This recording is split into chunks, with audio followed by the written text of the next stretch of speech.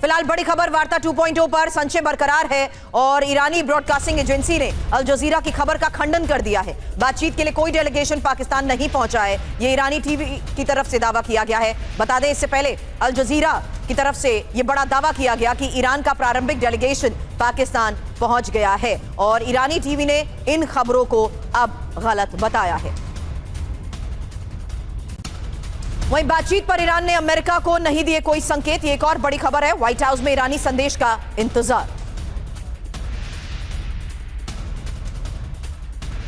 ईरानी सेना की यूएस को चेतावनी, दुश्मन के हर हमले का निर्णायक जवाब देंगे। खातम अल अंबिया के कमांडर की यह धमकी है, दुश्मन को फौरन निर्णायक जवाब के लिए तैयार। तस्नीम न्यूज के हवाले से यह खबर।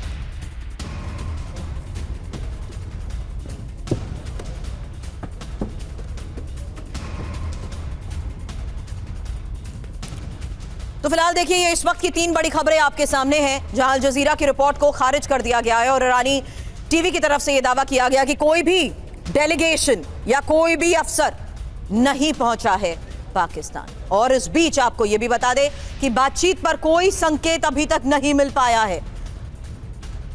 व्हाइट हाउस में ईरानी संदेश का अभी भी इंतजार हो रहा है, वहीं तैयारी पूरी है।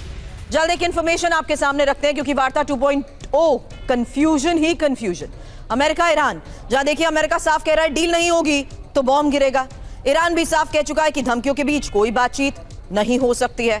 और इस बीच अमेरिका साफ कह चुका है कि जेडी वेंस पाकिस्तान रवाना होंगे। इस बात के संकेत अमेरिका से मिल चुके हैं, जबकि ईरान की तरफ से यही तय नहीं कि आगे बढ़ना कैसे है। यह अराक्ची का वो बयान जहां उन्होंने कहा कि जहाज पर हमला कर सीज फायर तोड़ा गया है और वार्ता का कोई माहौल ही नहीं है, जबकि अमेरिका की तरफ से बातचीत को लेकर साफ संकेत हैं। गुरुवार सुबह 5:30 बजे तक सीज फायर बढ़ाया।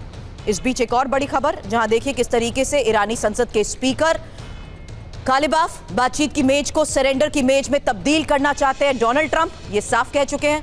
वहीं दूसरी तरफ ईरान के साथ बातचीत की यूएसए की कोई योजना ही नहीं है, ये एक बहुत बड़ा बयान है। वहीं बातचीत चाहते हैं लेकिन अकड़ से समझौता नहीं होगा, यही है अमेरिका का वो रवैया।